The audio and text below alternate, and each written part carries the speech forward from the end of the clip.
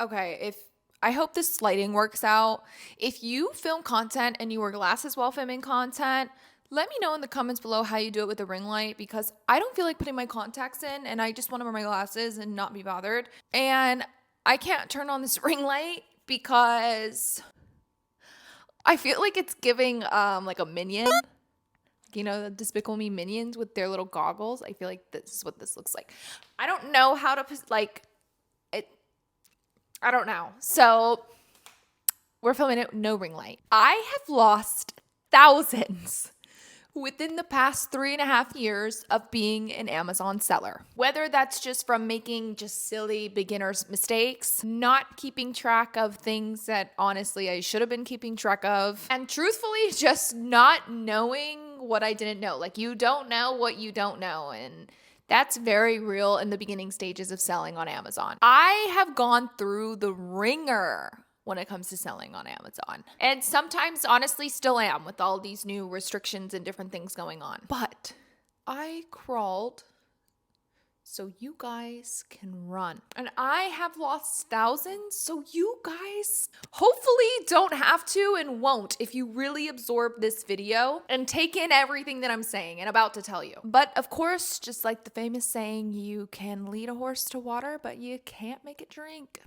I'm about to go over some of the ways and reasons why I have lost thousands by being an Amazon seller. That way you can stop it from happening to you. But first, if you haven't already, please make sure to hit that subscribe button down below. It really helps my channel so I can keep pumping out these videos that I do every week. Let's just jump right in and talk about FBM shipping charges. FBM, also known as fulfilled by merchant, that essentially means that once I purchase the product from a store, then I store that product, and then when a customer buys it, I'm responsible to getting it out to the customer. I pretty much do all the work. You can either charge the customer for shipping or you can just allow free shipping and you pay out of pocket to ship it to the customer. I'm not even lying. Literally until this past Q4, 2024, I was so timid and too nice, I guess, when it came to charging the customers for shipping, period. Like just charging them, period. Not, it don't even matter the price at this point. Just charging the customer for shipping. I like never did it until a few months ago. I lost so much money alone within the past 3.5 years just by not grabbing onto the opportunity to charge people for shipping when it is like a no-brainer to charge them, meaning it, like in peak times, Q4, December, end of November, back to school, Easter, Valentine's Day products, right? Like all of these things where people are like, I need this and I need it now. I lost so much money just by losing out on the opportunity to charge because and not understanding how to charge properly for FBM shipping, because there is a difference. And of course, we're going to get into both, but let's just start right there. Write this down. Charge for FBM shipping. Understand, take the time to learn how to charge for FBM shipping, okay? I'm to the point now where I will not, and I do not have free economy shipping on it. I will never put it on again. I just won't. For what? Amazon customers pay. Why? Because it's what's wired, right? We're now all wired that we can get something on our doorstep within like hours from Amazon. And if somebody needs that and you're the only seller option, they will pay for the shipping. Now, specific FBM shipping charges will honestly come from trial and error, meaning you getting comfortable at a price or learning, okay, if I have the option for it to be shipped out, I'm on the East Coast, so to the West Coast, like I at least needed to be X price, because there's always going to be a floor price. If I'm shipping east to west, it'll always be, let's just say, at least $8, right? $8 will be the lowest, and then it'll only go up from there. So start taking the time to, one, understand like your base price from where you're located to then wherever you're allowing it to be shipped within the United States. Also, start testing different FBM shipping prices like every month or every season or every 2 weeks. It doesn't matter, but whether it's $9.99 or you move it down to $9.95, start testing different things because you don't know what people are comfortable paying until you try it, nor do you know what Amazon's honestly going to pull as the buy box. You should be charging for shipping, expedited, 1 day shipping. That should be at least like $38. And guess what? People will pay the $38. You are losing out on so much money and so much opportunity to make more money just because you're stuck on and people use Amazon for the free shipping. People use Amazon for the convenience of it showing up right to their door what they need. Don't get it twisted. So during these peak times or peak holidays, that is definitely when you should be charging for shipping and charging, sure, a little bit more, a few dollars more, because people will pay for it. That was my biggest mistake, honestly, up to literally October of 2024. Now, to change your FBM shipping and have maybe multiple templates for FBM shipping, it's simple. All you have to do is go to the little settings wheel on the right-hand side of your Amazon seller dashboard on your desktop, laptop, or computer. Then you will see shipping settings. Click on that. You will see a template, like a regular template. You can edit that template as and have it as a standard template. And then you can start adding in your standard shipping prices, expedited shipping. If you want to have on 1 day, if you want to have free economy on or not, you can start editing that template. That's like one standard template that can go for any product that you want to list. However, I recommend having different templates for different products. Maybe you find a heavier product, a lighter product. You should also have different specific shipping templates.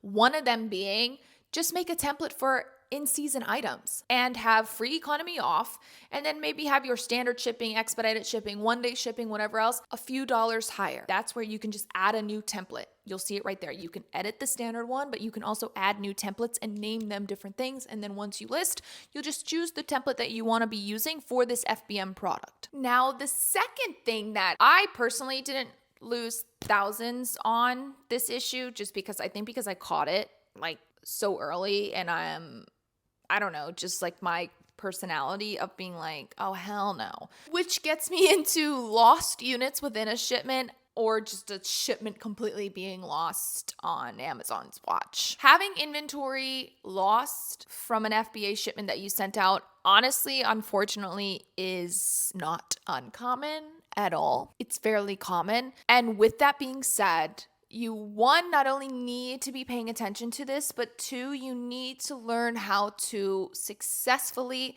fight it and know what to do and how to fight this situation happening, because it's going to happen more times than you would expect. This issue is honestly one of the main issues, I would say, besides ungating, that I help people with, just because people see it, they see the shipment and they see like, oh, they only found 40 units out of 80. That's weird. What do I do about that? And then they don't understand, though, that they can actually put in an investigation, submit the proof of purchase, and then Amazon will pay them. And nobody understands that, nor knows about that, nor is this situation talked about enough. So that's why I'm going to address it. Here's the thing that I'm going to be very black and white about. Your shipment must be closed for you to do anything about this situation. I'm going to say it again for the people in the back. The shipment must say closed. It cannot say receiving. It cannot say inbound. It cannot say in transit. It has to say closed for you to be able to do any type of investigation or fight it or submit proof. Anything under the sun needs to say closed. Now, another thing that I will make sure that I'm saying so black and white, and that I've said it so many times over, and my students even know this too, keep every single one of your receipts, every single UPS shipping receipt, every single purchase receipt, keep it all. Keep it. Keep it for like 8 months. I'm telling you, keep your receipts. Why? Because in this specific instance of either Amazon losing a shipment or losing units within your shipment, you need to provide proof of purchase, of course, and it's always a bonus, or it just makes it a lot easier if you provide proof of shipment, that UPS shipment receipt. Now, if Amazon either claims to have lost 20 units within your shipment or all 80 units if you sent out a shipment of 80 units, don't worry. You can fight it and get paid for it, as you should. Now, when you go to, let's just break it down from the beginning. You will go to the 3 lines in the left-hand corner, You will go down to inventory, manage all inventory. You will click shipments. It will bring you to the shipments page. Okay, this is where you will see every single FBA shipment that you've sent out. You will see whatever the FBA shipment is, and then you will see its status. Like I said 20 seconds ago, it needs to say closed for you to do anything about it.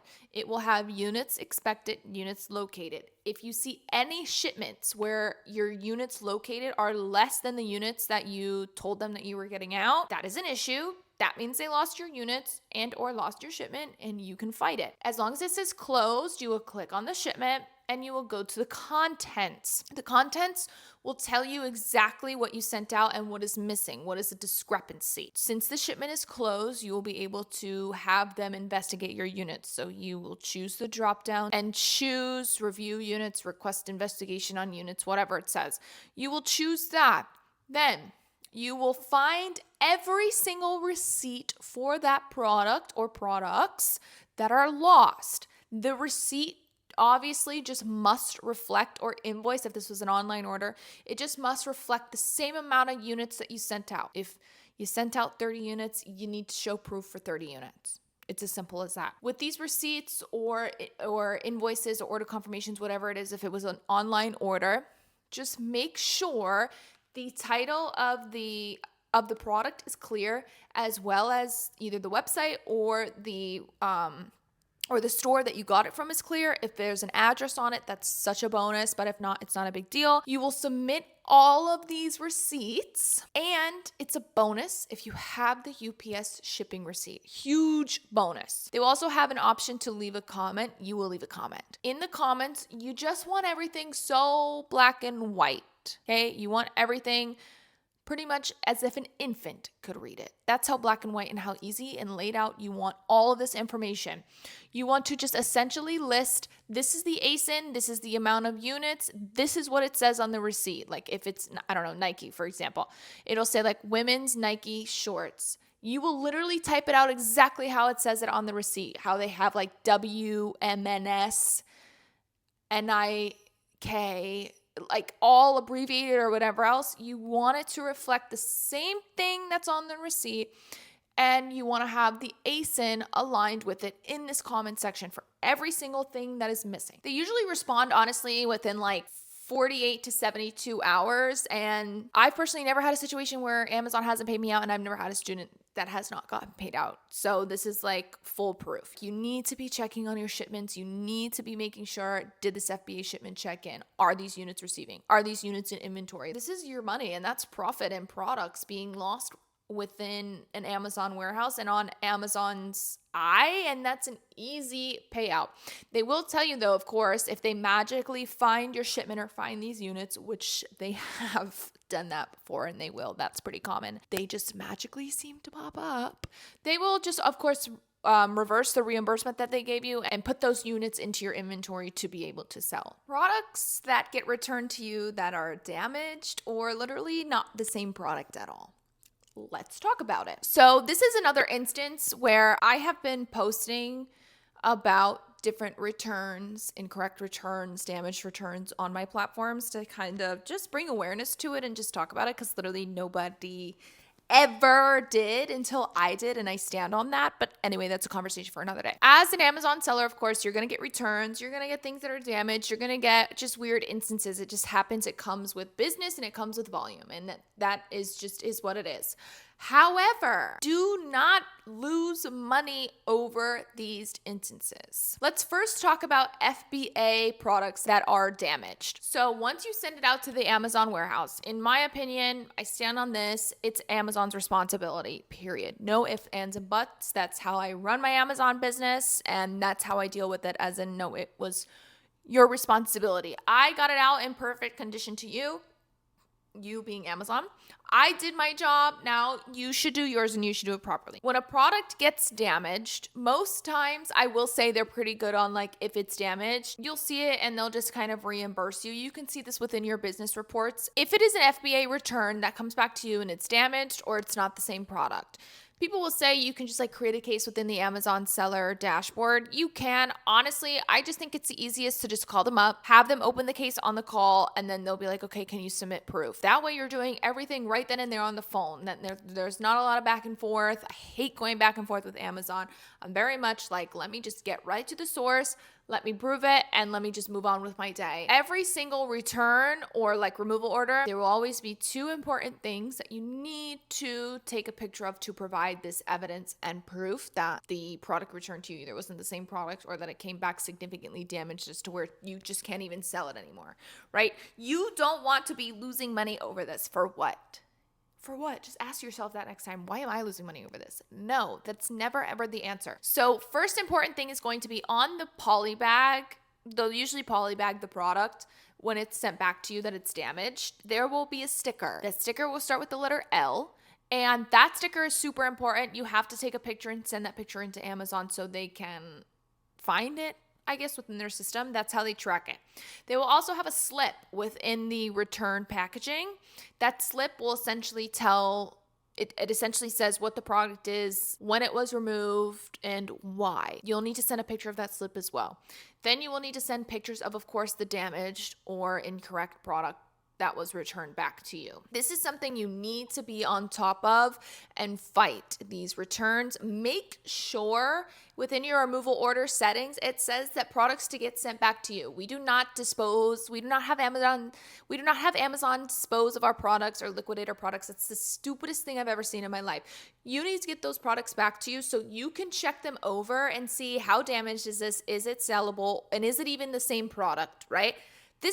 These instances landed me a freaking article in Newsweek because it's like something that slipped under the rug. But guess what? In 2025, we're not slipping this shit under the rug, okay? If these products are damaged, getting returned back to you, and they were damaged from an Amazon customer or from the Amazon warehouse, you need to be getting paid. That is the easiest way to fight it. Now, if you're selling this product FBM, right, and it's just going from you directly to the customer, so now it's pretty much honestly in your hands. That would be a case where you would submit a safety claim. Safety claim. Those are for products that you fulfilled FBM, fulfilled by merchant. You'll put in a safety claim. You have to wait for it to be eligible.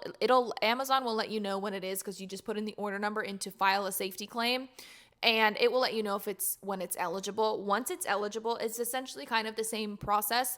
You just prove whatever it is that the issue is. If they did get it, and they're claiming that they didn't, you just submit a screenshot of the tracking information saying that it was delivered. Whatever the issue is, that is how you need to be proving it, and Amazon will pay you. Last circumstance where I know that I have lost myself thousands of dollars within the past 3.5 years of being an Amazon seller is just not having that confidence or belief or kind of just like understanding, I guess, to start doubling, tripling, quadrupling down on products when they start selling. If you, let's just say, do retail arbitrage and you find a product, let's just say this aloe crew neck, okay? You find this aloe crew neck super cheap at Aloe. It's reselling for triple on Amazon. Great. You go in on a few. Maybe you go in on 5 because the data's like, okay, you're not really sure. It's a new product. You're not sure of the color. You're not sure of the size, yada, yada. However, you list these, you send them out FBA, and they start to sell immediately. Ding, ding, ding. That is a huge indication for you to go back and find more. How can you find more units? How can you find maybe more units cheaper? Product selling on Amazon is the biggest data point that you need to be trusting, utilizing, and going after. And this has been like one of the biggest mistakes I made in the beginning of just like, oh, okay, cool. It's selling. What's next? What's the next one? Oh, okay, great. Like, no, this product right in front of your face is flying out of your inventory. Pay attention to it. Honestly, that process or that confidence will just come with experience and time. Truthfully, it all takes time for everybody. Everybody has a different risk tolerance or confidence instilled in them. But trust me when I say, if the numbers and the data with Amazon do not lie. And if Amazon is telling you that once you send in this aloe crew neck and 24 hours later, if that 10 hours later, your crew necks are selling, double down on these crew necks. Thank you guys so much for watching this video. If you have any tips or experiences that you had to learn from that you would like to share for everybody else, please leave it down below in the comments. See you guys next week. And as always, let's keep finding and flipping.